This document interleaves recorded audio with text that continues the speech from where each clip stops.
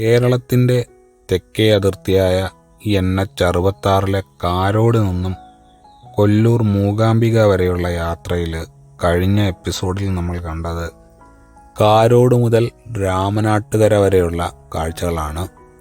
ഇന്നത്തെ വീഡിയോയിൽ രാമനാട്ടുകര മുതൽ കേരളത്തിൻ്റെ വടക്കേ അതിർത്തിയായ തലപ്പാടി വരെയുള്ള NH-66 കൂടിയുള്ള ഒരു ഡ്രൈവാണ്. ആദ്യത്തെ എപ്പിസോഡിൻ്റെ ലിങ്ക് ഞാൻ ഡിസ്ക്രിപ്ഷൻ ബോക്സിൽ ആഡ് ചെയ്തിരിക്കാം. ഇന്നിപ്പോൾ രാവിലെ 11 മണിയായി. തലേന്നത്തെ ദീർഘയാത്രയൊക്കെ കഴിഞ്ഞ് റൂമൊക്കെ ചെക്കൗട്ട് ചെയ്ത് വീണ്ടും രാമനാട്ടുകര എത്തിയിരിക്കുകയാണ്. എന്നാൽ ഇവിടുന്ന് വടകര വരെയുള്ള ഉദ്ദേശം 60 കിലോമീറ്റർ ദൂരം 2 മണിക്കൂർ ഓടി അവിടെ എത്തിയപ്പോഴാണ് ഹോട്ടലിൽ നിന്നും ഒരു കോൾ വരുന്നത്. ഞാൻ ഇന്നലെ ഐഡൻറ്റിഫിക്കേഷന് വേണ്ടി കൊടുത്ത ഡ്രൈവിംഗ് ലൈസൻസ് തിരികെ വാങ്ങാൻ ഞാനും തിരികെ തരാൻ അവരും വിട്ടുപോയിരിക്കുന്നു. എൻ്റെ കയ്യിൽ ഐഡൻറ്റിഫിക്കേഷന് വേണ്ടിയുള്ള വേറെ ഹാർഡ് കോപ്പികളൊന്നും ഇല്ലാത്തതിനാൽ തിരിച്ച് വീണ്ടും ഹോട്ടലിൽ വന്ന് അത് കളക്ട് ചെയ്യേണ്ടി വന്നു. അങ്ങനെ വീണ്ടും ഒരു 2 മണിക്കൂർ പോയി. അങ്ങനെ ഈ ഒരു യാത്രയിൽ 4 മണിക്കൂർ ഇങ്ങനെ തന്നെ വേസ്റ്റായി. രാവിലെ ഷൂട്ട് ചെയ്ത ദൃശ്യങ്ങൾക്കാണ് അല്പം ഭംഗി കൂടുതലുള്ളത് എന്നുള്ളത് കൊണ്ട് വടകര വരെയുള്ള ഡ്രൈവിൽ രാവിലത്തെ ദൃശ്യങ്ങളും ഉച്ചയ്ക്ക് ശേഷമുള്ള ദൃശ്യങ്ങളും ഇടകലർത്തിയാണ് ഉപയോഗിച്ചിരിക്കുന്നത്. കഴിഞ്ഞ എപ്പിസോഡിന് ദൈർഘ്യം കൂടുതലാണ് എന്നൊരു ഫീഡ്ബാക്ക് കിട്ടിയതുകൊണ്ട് എൻ്റെ ഫസ്റ്റ് എഡിറ്റ് ചെയ്ത ദൈർഘ്യത്തിൽ നിന്നും ഒരുപാട് വെട്ടിക്കുറച്ചാണ് ഈ എപ്പിസോഡ് തയ്യാറാക്കിയിരിക്കുന്നത്.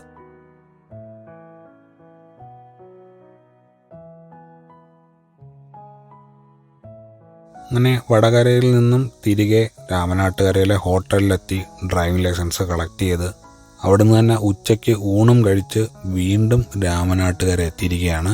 ഇവിടെ നിന്നാണ് ഇന്നത്തെ ടൈം വീഡിയോ സ്റ്റാർട്ട് ചെയ്യുന്നത്. രാമനാട്ടുകര മേൽപ്പാലമൊക്കെ തുറന്ന് ഗതാഗതം അതുവഴിയാണ് നടന്നുകൊണ്ടിരിക്കുന്നത്.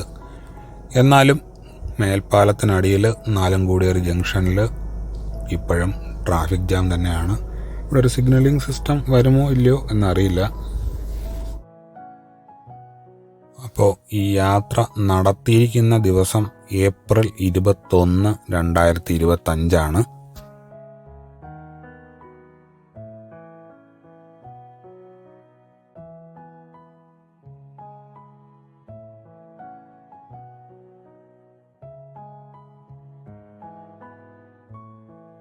വെറുതെ ഒന്ന് വടകര വരെ പോയി വന്ന ഒരു ഗ്യാപ്പിൽ ഏകദേശം 1000 രൂപയുടെയെങ്കിലും ഡീസൽ നഷ്ടം വന്നിട്ടുണ്ടാവും. അതുകൊണ്ട് അല്പം ഡീസൽ അടിച്ചതിന് ശേഷം ഈ യാത്ര തുടരാം.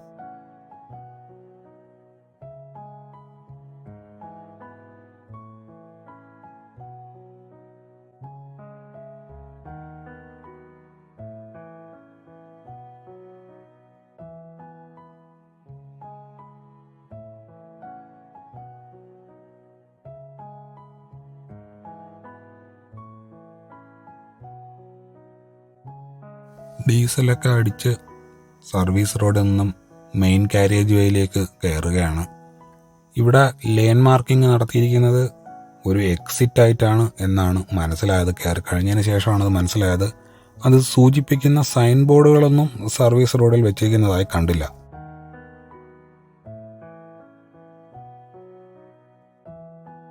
രാമനാട്ടുകര ഫ്ലൈ ഓവർ ഇറങ്ങിയതിന് ശേഷമുള്ള ഈ ഒരു യാത്ര അധികം ദൂരത്തേക്കില്ല. ഉടൻ തന്നെ അറപ്പുഴ പാലത്തിന് സമീപത്തേക്ക് എത്തുകയായി. അവിടെ പാലത്തിൻ്റെ നിർമ്മാണം നടക്കുന്നത് കാരണം വാഹന ഗതാഗതം ഒരു ബ്രിഡ്ജിൽ കൂടിയാണ് തിരിച്ചുവിട്ടിരിക്കുന്നത്. അതുകൊണ്ട് തന്നെ ഒരു അല്പം ഗതാഗതക്കുരുക്ക് അവിടെ അനുഭവപ്പെടുന്നുണ്ട്.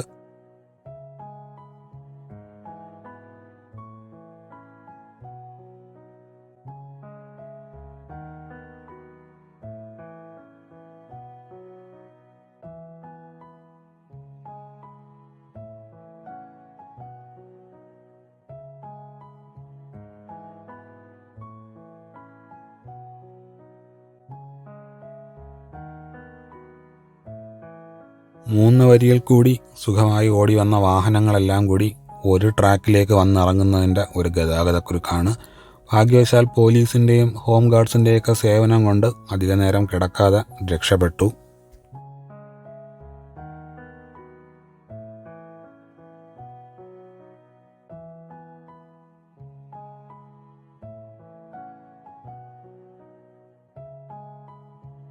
പണികൾ പൂർത്തിയായ ഭാഗത്തു നിന്നും ഒരുപക്ഷെ അപ്രതീക്ഷിതമായി തന്നെ ആയിരിക്കും പണികൾ നടക്കുന്ന സ്ഥലത്തേക്ക് ചെന്ന് ഇറങ്ങുന്നത്. പെട്ടെന്നായിരിക്കും വാഹനങ്ങൾ എതിരെ വരികയും റോഡിൻ്റെ വീതി കുറയുകയും ഒക്കെ ചെയ്യുന്നത്. പകൽ സമയത്ത് വലിയ പ്രശ്നമില്ല, എന്നാൽ രാത്രി ഡ്രൈവ് ചെയ്യുന്നവർ സൂക്ഷിക്കണം.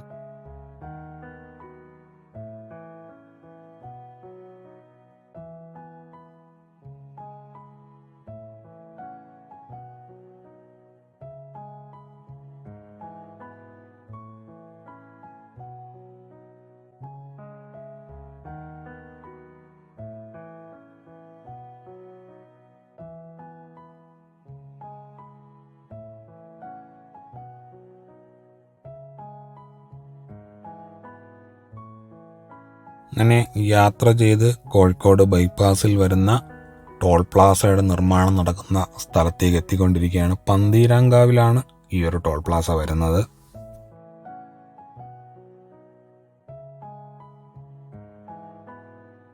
ടോൾ പ്ലാസയുടെയും അനുബന്ധ റോഡിൻ്റെയും ഒക്കെ പണികൾ ഊർജിതമായി നടന്നു വരുന്നത് കാണാം.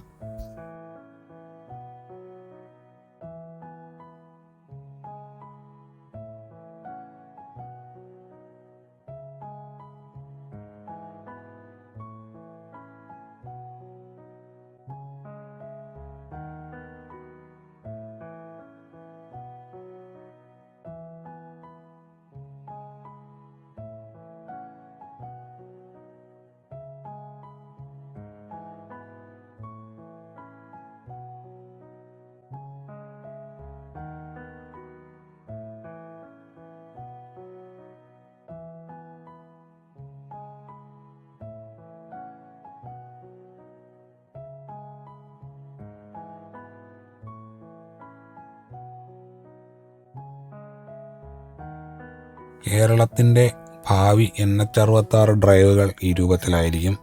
ഇവിടെയൊക്കെ പണികൾ പൂർത്തിയായി സൈൻ ബോർഡുകളും സ്ഥാപിച്ചു കഴിഞ്ഞിട്ടുണ്ട്. മീഡിയനിലൊക്കെ കാണുന്ന ഗ്യാപ്പുകൾ കെട്ടിയടയ്ക്കാനുള്ളതാണ്. നിലവിലെ സൗകര്യാർത്ഥം കൊടുത്തിരിക്കുന്നു എന്നേ ഉള്ളൂ.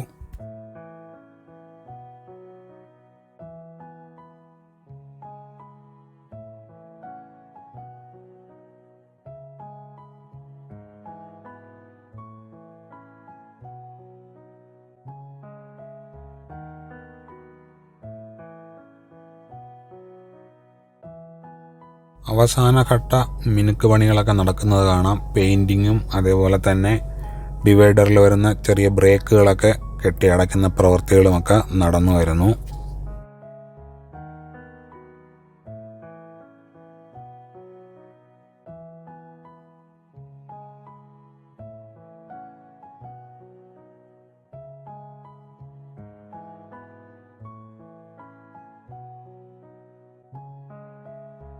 നേരത്തെ പറഞ്ഞതുപോലെ അപ്രതീക്ഷിതമായിരിക്കും റോഡിൻ്റെ വീതി കുറയുകയൊക്കെ ചെയ്യുന്നത്. അതുകൊണ്ട് വളവുകളിലൊക്കെ ഓവർടേക്ക് ചെയ്യാതിരിക്കുന്നതായിരിക്കും നല്ലത്.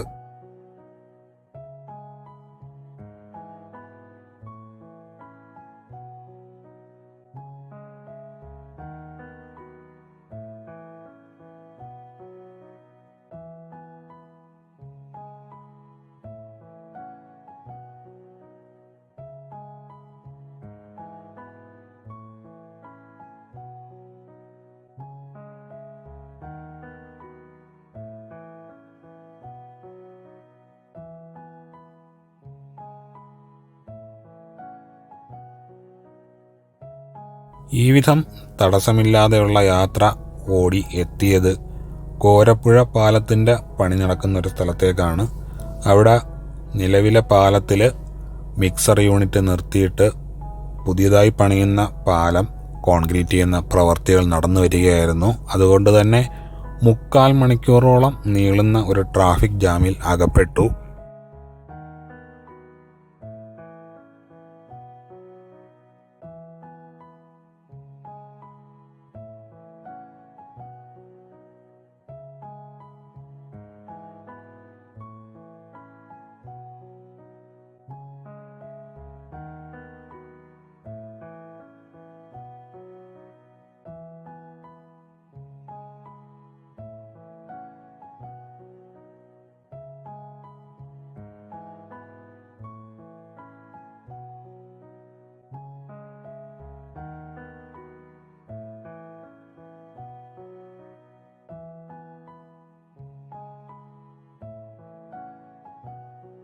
ഏറെ നേരം ഈ ഒരു ആംബുലൻസിൻ്റെ സൈറൺ കേട്ടു.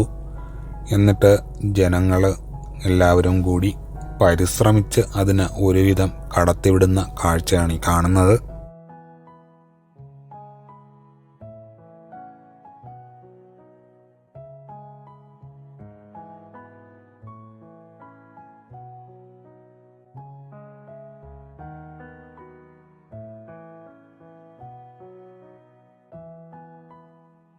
ഏതായാലും ആംബുലൻസും കൂടി കടന്നു പോയതിന് ശേഷം ഗതാഗതക്കുരുക്കിന് ഒരു അയവുണ്ടാകുകയും വാഹനങ്ങൾ മൂവ് ചെയ്ത് തുടങ്ങുകയും ചെയ്തു.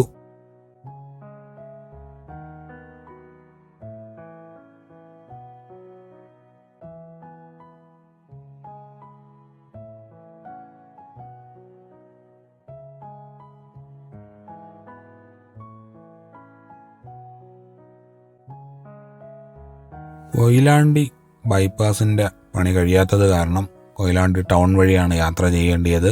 അതിനുവേണ്ടി റെയിൽവേ മേൽപ്പാലത്തിൽ കൂടിയാണ് നിലവിൽ യാത്ര ചെയ്തുകൊണ്ടിരിക്കുന്നത്.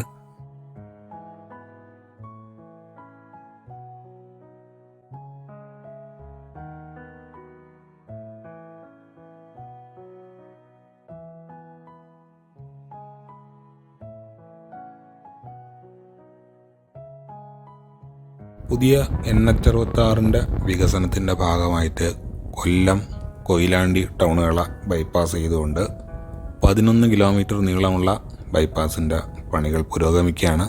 അത് പുരോഗമിക്കുന്നതോടുകൂടി ടൗൺ വഴിയുള്ള ഈ യാത്ര ദീർഘദൂര യാത്രക്കാർക്ക് ഒഴിവാക്കാനാകും.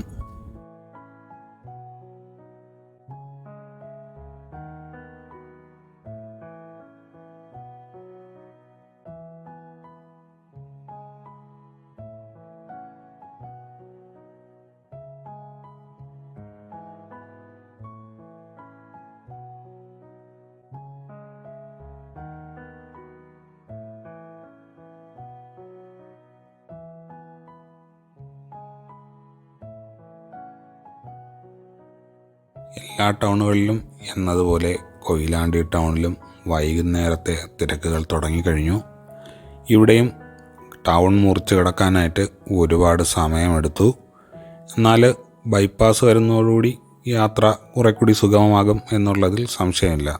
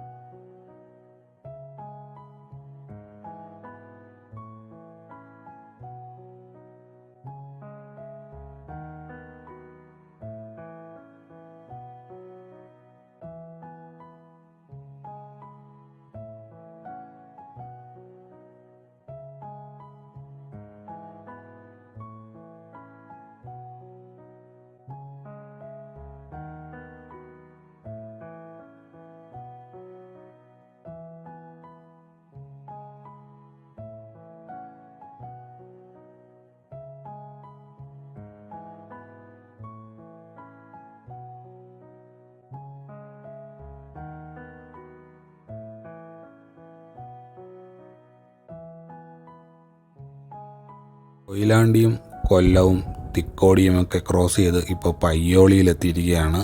പയ്യോളിയിലും വൈകുന്നേരത്തെ തിരക്കുകൾ നടന്നുകൊണ്ടിരിക്കുകയാണ്.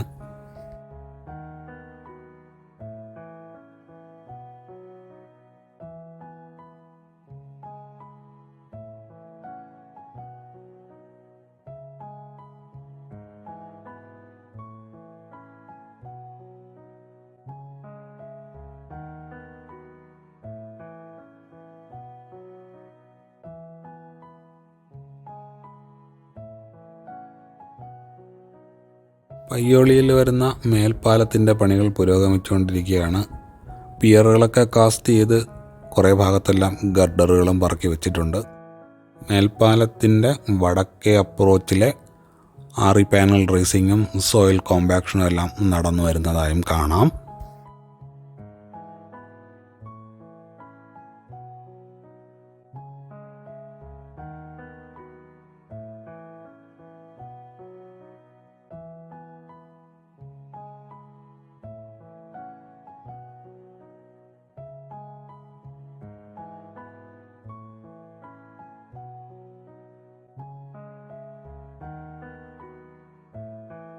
ഇന്നലെയും സർവീസ് റോഡുകളിൽ അനുഭവിച്ച ഒരു പ്രശ്നം ഇവിടെയും കാണാം.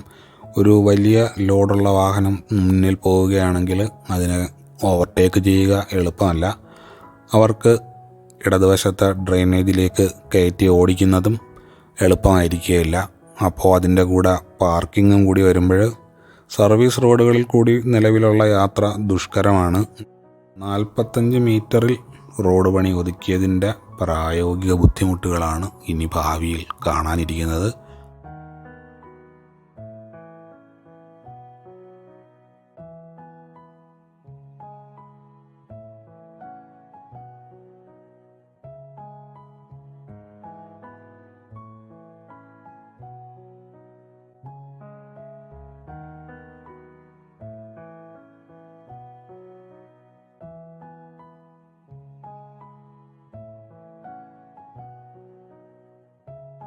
വേനൽ മഴയുടെ അകമ്പടിയോടുകൂടി വീണ്ടും പണികൾ ഒരുവിധം പൂർത്തിയായ സെക്ഷനിലേക്ക് വന്ന് കയറിയിട്ടുണ്ട്. ഇവിടെയെല്ലാം ലെയിൻ മാർക്കിങ്ങും പെയിൻറ്റിങ്ങും എല്ലാം കഴിഞ്ഞിട്ടുണ്ട്. അതേപോലെ തന്നെ കണ്ണൂരേക്കും മംഗലാപുരത്തേക്കും മുംബൈയിലേക്കുമുള്ള സൈൻ ബോർഡുകളും കാണാം.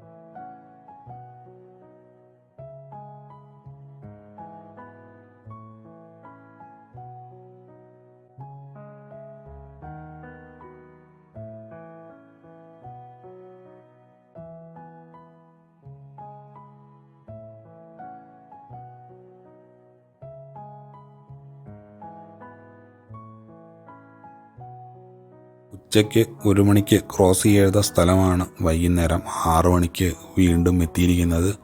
ഇവിടെ എത്തിയപ്പോഴും വേനൽ മഴ പെയ്തുകൊണ്ടിരിക്കുകയായിരുന്നു. അതുകൊണ്ട് തന്നെ ടൗണിൽ ഒരൽപ്പം ഗതാഗതക്കുരുക്ക് കൂടുതലുണ്ടായിരുന്നു.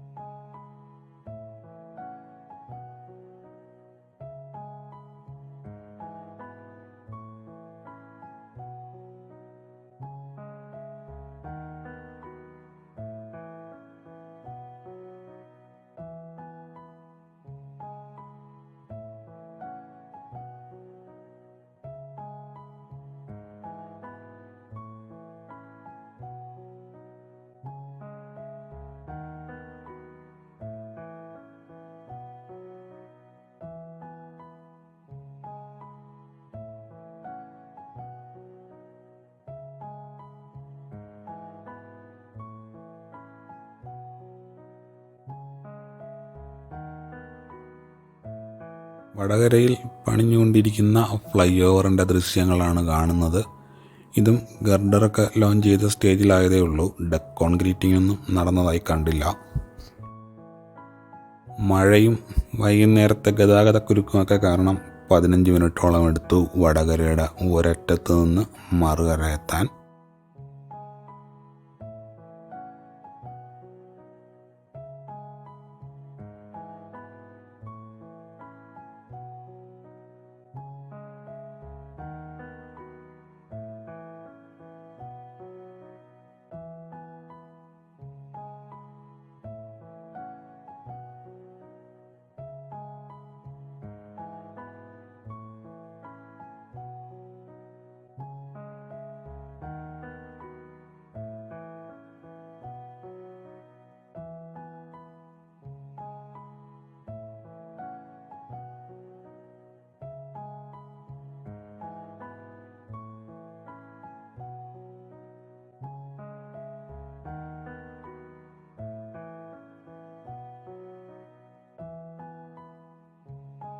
അങ്ങനെ രാമനാട്ടുകരയിൽ നിന്ന് ഓടി അഴിയൂരെത്തിയിരിക്കുകയാണ്. അഴിയൂരിൽ നിന്നാണ് തലശ്ശേരി മാഹി ബൈപ്പാസ് സ്റ്റാർട്ട് ചെയ്യുന്നത്. ഈ ഒരു 70 കിലോമീറ്റർ ദൂരം ഓടാനായിട്ട് 2 മണിക്കൂർ 52 മിനിറ്റാണ് എടുത്തത്. വളരെ മോശമായ 24.5 കിലോമീറ്റർ പെർ അവറാണ് ആവറേജ് സ്പീഡ് കിട്ടിയത്.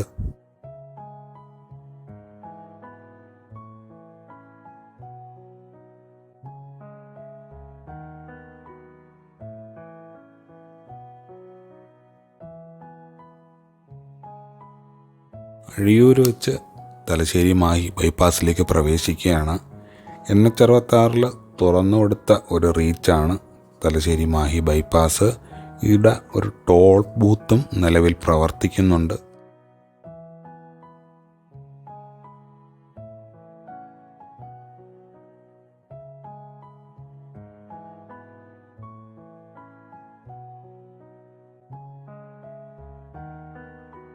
രാമനാട്ടുകര മുതൽ അഴിയൂർ വരെ വന്ന ദുരിതപൂർണമായ ഡ്രൈവിന് ശേഷം ഇതൊരു വളരെ റിഫ്രഷിംഗ് ആയിട്ടുള്ളൊരു എക്സ്പീരിയൻസായി മാറി എന്ന് പറയാതെ വയ്യ.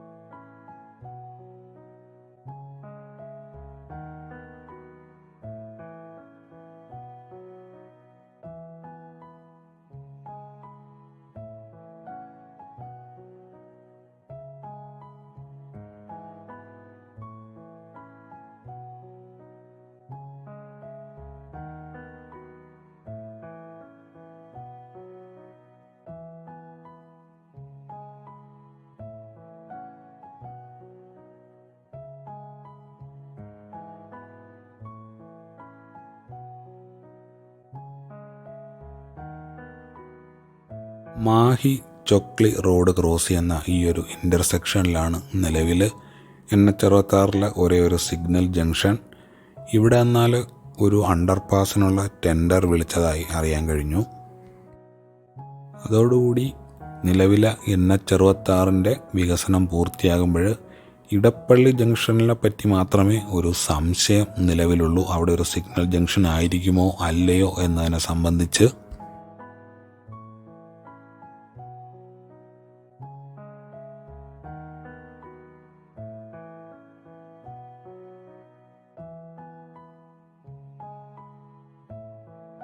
സന്ധ്യാസമയത്തെ ഗോൾഡൻ ലൈറ്റിലാണ് ഈ യാത്ര. അധികം താമസിയാതെ ഇരുട്ട് വീഴും.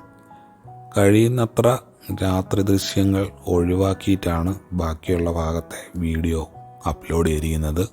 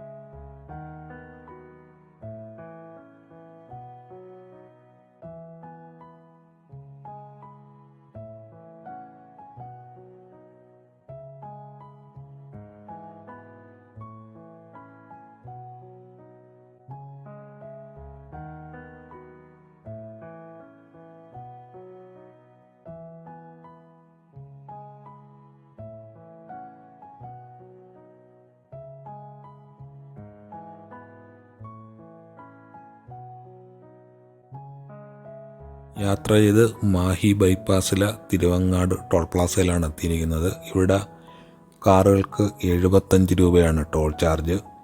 കണ്ണൂർ റീച്ച് കംപ്ലീറ്റ് ആവുന്നതോടുകൂടി ഈ ഒരു ടോൾ പ്ലാസ പ്രവർത്തനം അവസാനിപ്പിക്കും എന്നാണ് ഞാൻ മനസ്സിലാക്കിയിട്ടുള്ളത്.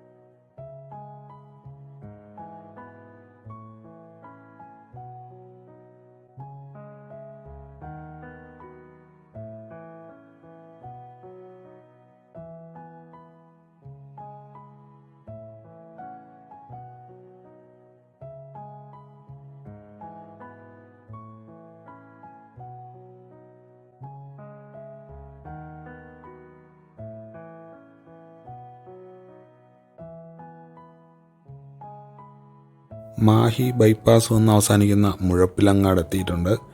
ഈ ഒരു ഭാഗത്ത് GPS ട്രാക്ക് സേവ് ചെയ്യാൻ ഞാൻ വിട്ടുപോയി. ഒരു ഉദ്ദേശ കണക്ക് പറയാം. 18.6 കിലോമീറ്റർ ദൂരം സഞ്ചരിക്കാനെടുത്തത് 18 മിനിറ്റാണ്. ആവറേജ് സ്പീഡ് ഉദ്ദേശം 65 km/h.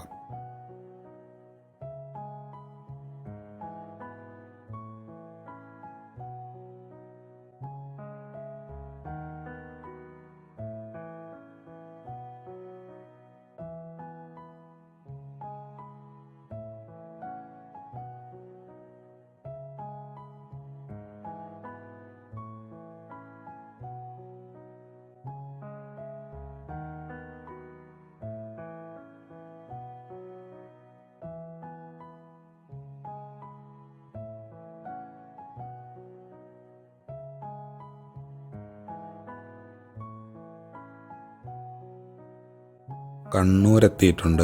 കൃത്യമായിട്ട് പറഞ്ഞാൽ താഴെ ചൊവ്വ. ഇവിടെ എത്തിയപ്പോൾ ഇരുട്ട് വീണ് കഴിഞ്ഞിരുന്നു. അതുകൊണ്ട് തന്നെ ഷൂട്ട് ചെയ്ത് വെച്ച ഒരുപാട് രാത്രി ദൃശ്യങ്ങൾ ഒഴിവാക്കിയിട്ടാണ് ബാക്കിയുള്ളത് ഞാൻ എഡിറ്റ് ചെയ്ത് ആഡ് ചെയ്തിരിക്കുന്നത്. കണ്ണൂരിലെ ഒരു ഉറ്റ സുഹൃത്തിൻ്റെ വീട്ടിലെ ചായ കുടിക്കും വിശ്രമത്തിനൊക്കെ ശേഷമാണ് യാത്ര തുടർന്നത്. അപ്പോൾ ഏകദേശം 1 മണിക്കൂർ അവിടെ വിശ്രമത്തിനൊക്കെ ചിലവഴിച്ചു.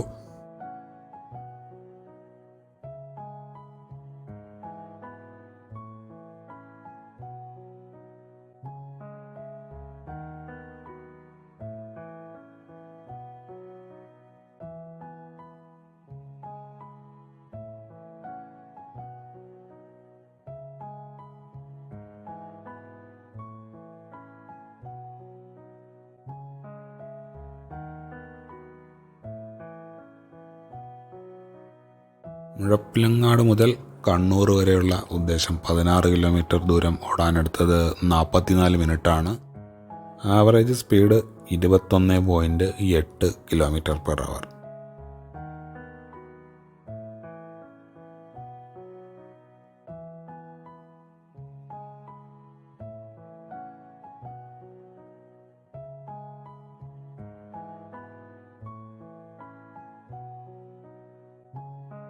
സുഹൃത്തിൻ്റെ വീട്ടിലൊരു ഇടവേളയ്ക്കൊക്കെ ശേഷം വീണ്ടും യാത്ര തുടരുകയാണ്. കണ്ണൂർ പുതിയ തെരുവിലാണ് ഇപ്പോൾ ഉള്ളത്.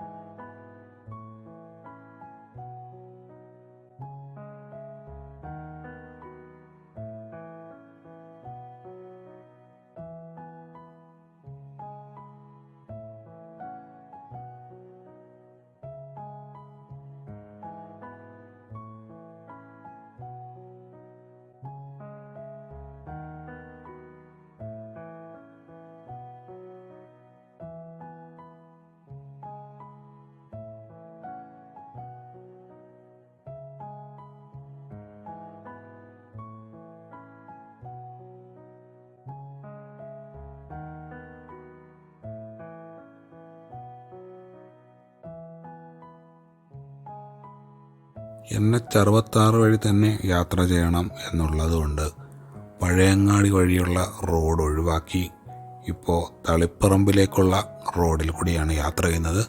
മെയിൻ കാരേജുകളുടെ നിർമ്മാണം നടക്കുന്നതേ ഉള്ളൂ. അത് കാരണം സർവീസ് റോഡിൽ കൂടിയാണ് യാത്ര.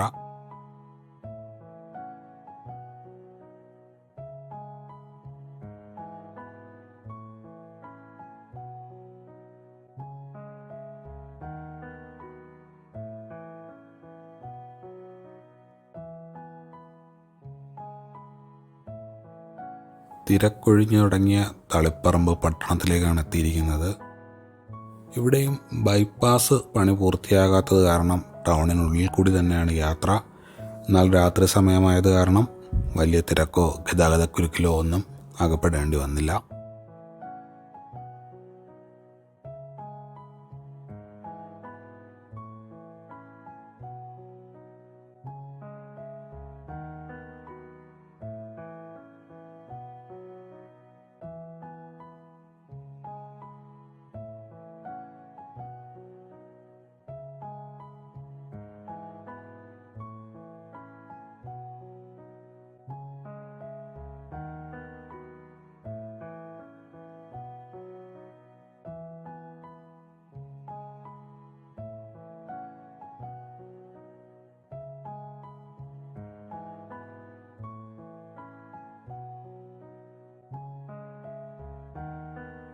പരിയാരവും പിലാത്തറയൊക്കെ പിന്നിട്ട് പയ്യന്നൂരിലെത്തിയിരിക്കുകയാണ്. പയ്യന്നൂരിലും ബൈപ്പാസ് പണി നടക്കുന്നതേ ഉള്ളൂ, പൂർത്തിയായിട്ടില്ല. അതിനാൽ പയ്യന്നൂരിൽ കൂടി തന്നെയാണ് യാത്ര ചെയ്യേണ്ടത്.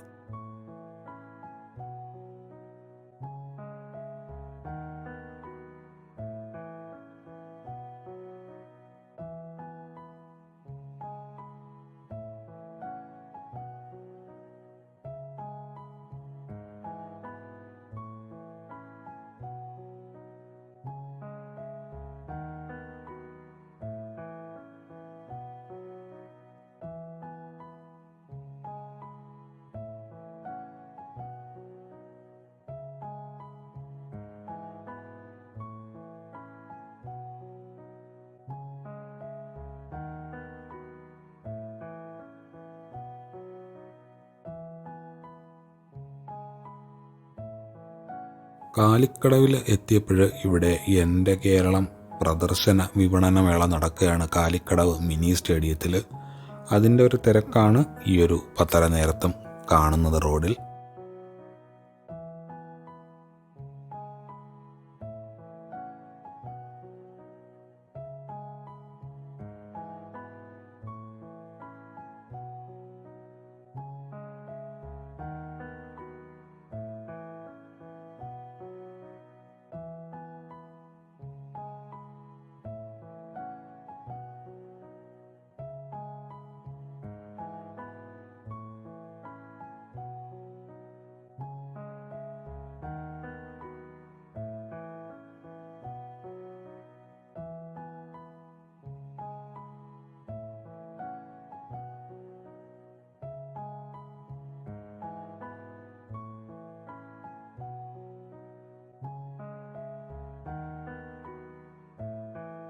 ചെറുവത്തൂരിലെത്തിയപ്പോൾ ഇവിടെ ഒരു ഗ്രേഡ് സെപ്പറേറ്ററിൻ്റെ പണിയോ മറ്റോ നടക്കുകയാണ്. റോഡിലൊന്നും വെളിച്ചമൊന്നുമില്ല. രാത്രിയായത് കാരണം കടകളും എല്ലാം അടച്ചതുകൊണ്ട് ആകെ ഇരുട്ടാണ്.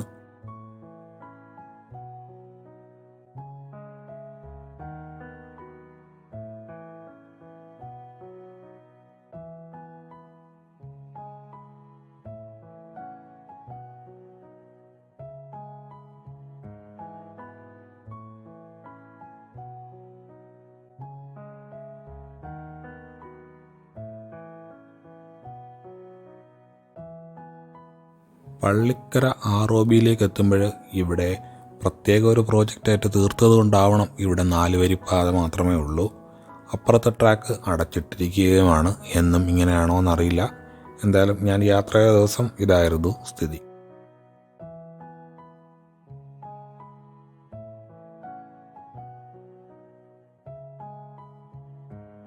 ഈ ഒരു റെയിൽവേ മേൽപ്പാലത്തിൻ്റെ പണി പൂർത്തിയായി പൂർണ്ണമായും ഗതാഗതത്തിന് തുറന്നു കൊടുത്തതായാണ് ഞാൻ മനസ്സിലാക്കി വെച്ചിരുന്നത്.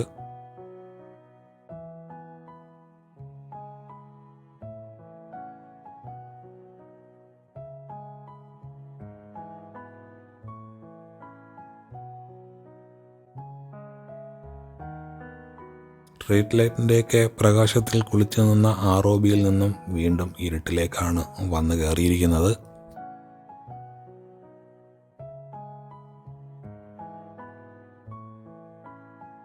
കാഞ്ഞങ്ങാട് വന്നെത്തിയപ്പോൾ ചന്ദ്രഗിരി റോഡ് വഴി കാസർഗോഡുള്ള എളുപ്പവഴി തിരഞ്ഞെടുക്കുന്നതിന് പകരം NH66 വഴി തന്നെയാണ് യാത്ര തുടരുന്നത്. ഇരുട്ടുമൂടിയ സർവീസ് റോഡിൽ കൂടി തന്നെയാണ് ഡ്രൈവ് ചെയ്തുകൊണ്ടിരിക്കുന്നതും.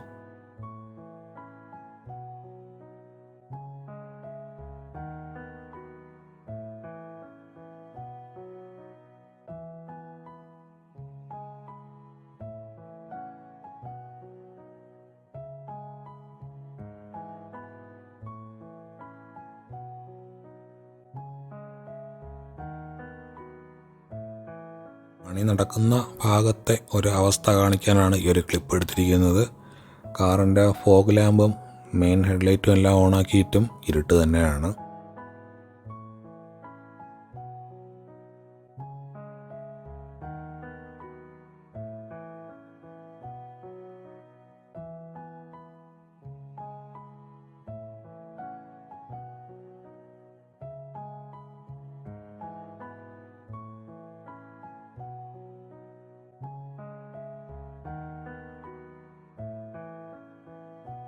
പെരിയ കേന്ദ്ര യൂണിവേഴ്സിറ്റിക്ക് മുന്നിലുള്ള അണ്ടർപാസിന് വേണ്ടിയുള്ള അപ്രോച്ച് റോഡിൻ്റെ നിർമ്മാണമാണ് വലതുവശത്ത് നടന്നുകൊണ്ടിരിക്കുന്നത്. നമ്മുടെ യാത്ര സർവീസ് റോഡിൽ കൂടിയാണ്.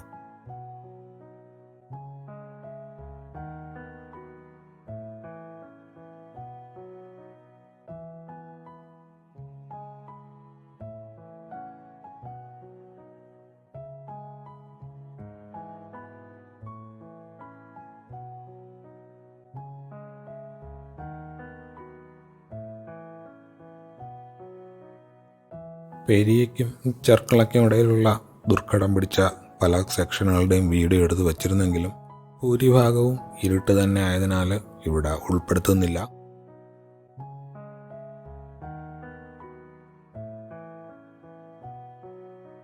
ചെർക്കള ടൗണിൽ വരുന്ന മേൽപ്പാലത്തിൻ്റെ പണിയും പുരോഗമിക്കുന്നതായിട്ട് കാണാം.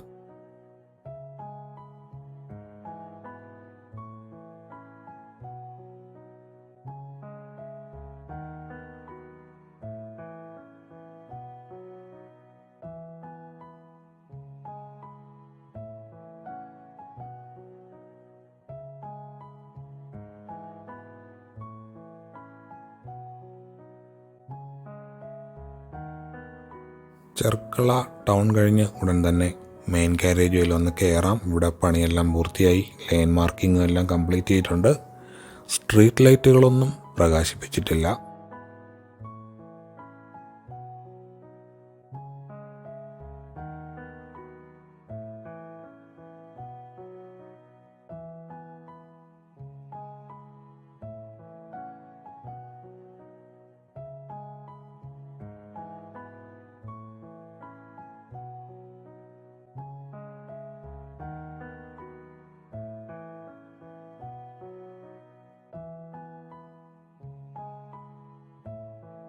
തിരക്കൊഴിഞ്ഞ കാസർഗോഡ് ടൗണിലേക്കാണ് വന്നെത്തിയിരിക്കുന്നത്. ഞാൻ വന്ന ദിവസം, അതായത് ഏപ്രിൽ 21 മേൽപ്പാലം ഭാഗികമായി ഗതാഗതത്തിന് തുറന്നു കൊടുത്തിരുന്നു എന്നാണ് ഞാൻ വായിച്ച് മനസ്സിലാക്കിയത്. പത്രത്തിലും അങ്ങനെയാണ് കണ്ടത്. എന്നാൽ ഇവിടെ എത്തിയപ്പോഴത് വീണ്ടും ക്ലോസ് ചെയ്തിരിക്കുകയായിരുന്നു.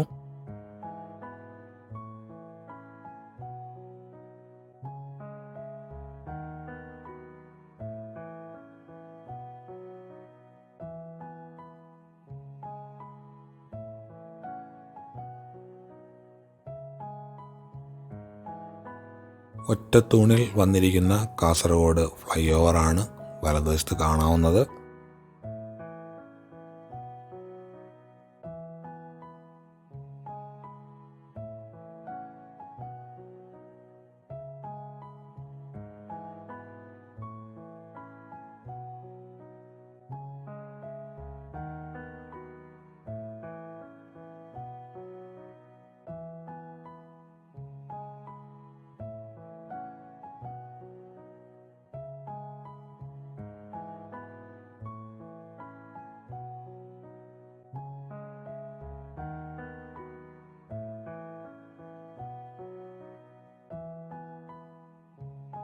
കാസർഗോഡ് ടൗൺ പരിധി വിട്ട് വീണ്ടും മെയിൻ കാരേജ് വേയിൽ തന്നെയാണ് വന്ന് കയറിയിരിക്കുന്നത്. ഇവിടെയും പണികളെല്ലാം ഏകദേശം അവസാന ഘട്ടത്തിൽ തന്നെയാണ്.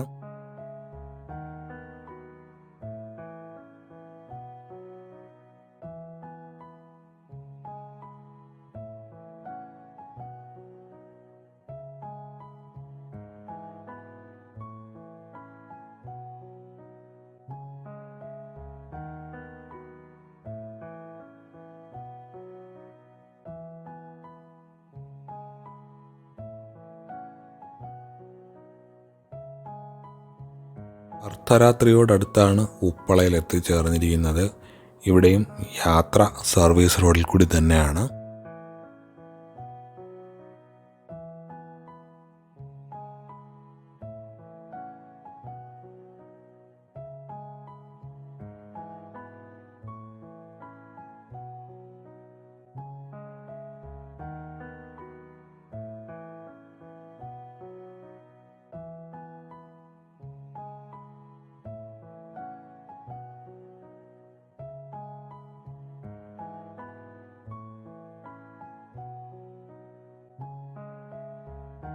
യാത്ര വീണ്ടും മെയിൻ കാരേജുവേയിൽ കൂടി തന്നെയാണ്. എന്നാൽ സ്ട്രീറ്റ് ലൈറ്റുകളൊന്നും പ്രകാശിപ്പിച്ചിട്ടില്ല, അതിൻ്റെ ബുദ്ധിമുട്ടുകളുണ്ട്.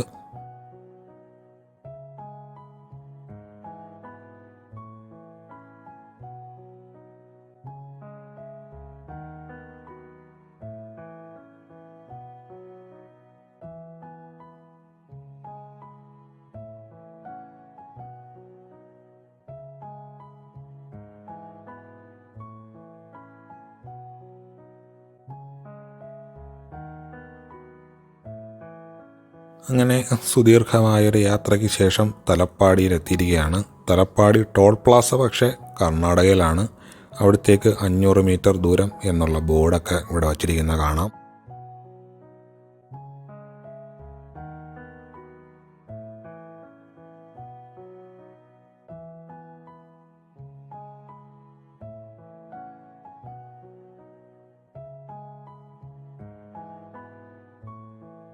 കുറച്ചും കൂടി അതിർത്തിയുടെ അടുത്തേക്ക് ചേർത്ത് നിർത്തുകയാണ്.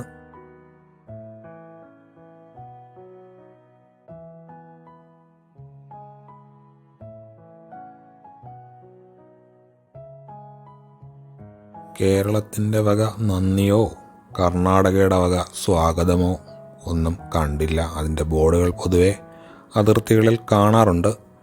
ഏതാണ്ട് ഇത് തന്നെയാണ് അതിർത്തി എന്നാണ് എൻ്റെ ഊഹം. ആ ലോറിയുടെ മുകളിലായി കാണുന്ന ഇന്ത്യൻ ഓയിലിൻ്റെ സൈൻ ബോർഡ് കർണാടകയിലെ ഒരു പെട്രോൾ പമ്പിൻ്റെ സൈൻ ബോർഡാണ്. മുന്നിലായി കാണുന്ന ചുവന്ന ബാരിക്കേഡ് കർണാടക പോലീസിൻ്റെ ചെക്ക് പോസ്റ്റും, അതിനും പിറകിലായി കാണുന്ന ടോൾ പ്ലാസ തലപ്പാടി ടോൾ പ്ലാസയുമാണ് കർണാടകയിലെ.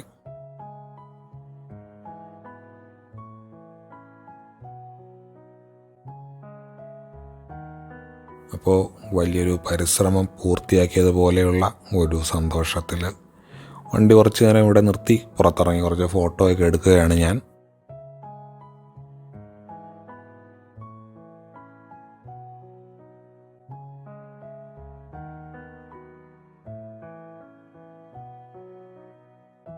കാരോടുന്ന് ആറ്റിങ്ങൽ വരെ എത്തുകയും പിന്നെ ഇന്നലെ ഉച്ചയ്ക്ക് ആറ്റിങ്ങൽ നിന്നും പുറപ്പെടുകയും ചെയ്ത യാത്രയാണ് ഇപ്പോൾ അതിൻ്റെ ഒരു ലക്ഷ്യസ്ഥാനത്ത് എത്തിയിരിക്കുന്നത്.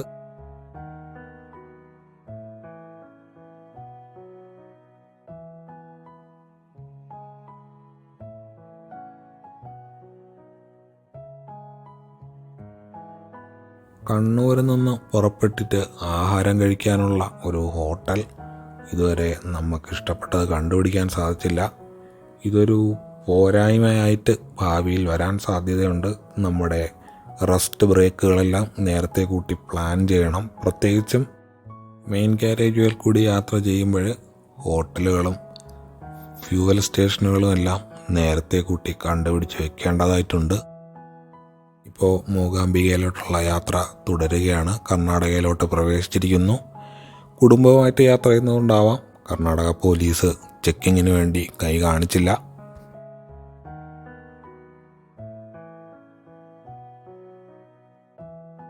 ഇപ്പോൾ തലപ്പാടി ടോൾ പ്ലാസയിലേക്കാണ് എത്തിയിരിക്കുന്നത്. മൂകാംബികയിലോട്ടുള്ള യാത്ര ഇനിയും തുടരും. ഇതുവരെയുള്ള, അതായത് കാരോട് മുതൽ തലപ്പാടി വരെയുള്ള GPS ട്രാക്കിൽ നിന്നും കിട്ടിയ ഡാറ്റ ഒന്ന് പരിശോധിക്കാം. അതിനു മുന്നേ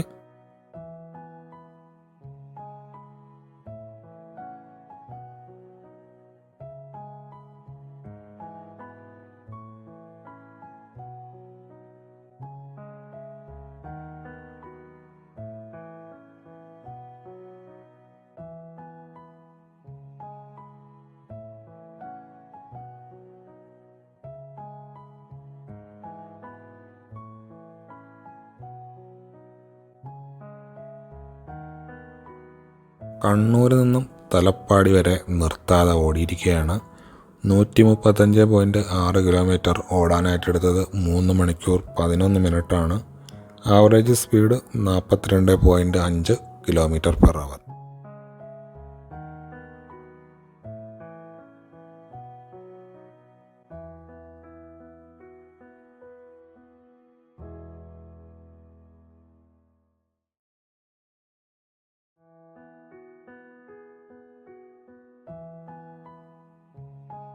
ഇന്നേ ദിവസം ഓടിയത് 240 കിലോമീറ്ററാണ് ഉദ്ദേശം. അതിന് വേണ്ടി വന്നത് 7 മണിക്കൂറും. അതിന് ആവറേജ് സ്പീഡ് കിട്ടിയിരിക്കുന്നത് 34 km/h ആണ്. ഇത് ഡ്രൈവിംഗ് ടൈമും ബ്ലോക്കുകളിൽ കിടന്ന സമയവും മാത്രമാണ്. ബ്രേക്ക് എടുത്ത സമയമെല്ലാം ഇതിൽ നിന്നും ഒഴിവാക്കിയിട്ടുണ്ട്.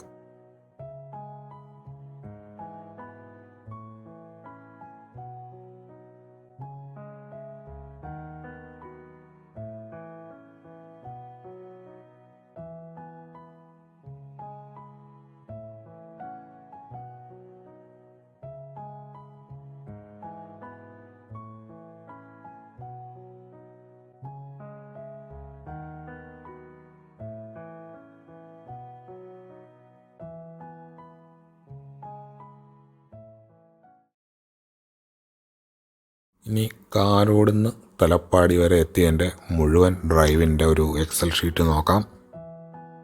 കാരോട് മുതൽ തലപ്പാടി വരെ GPS പ്രകാരം ഓടിയിരിക്കുന്നത് 641 കിലോമീറ്ററാണ്. ഇതിൽ അല്പസ്വല്പം വ്യത്യാസം വന്നേക്കാം, എന്നാലും ഏറെക്കുറെ ഇത് തന്നെയായിരിക്കും ദൂരം. സമയമെടുത്തിരിക്കുന്നത് 18 മണിക്കൂറാണ്.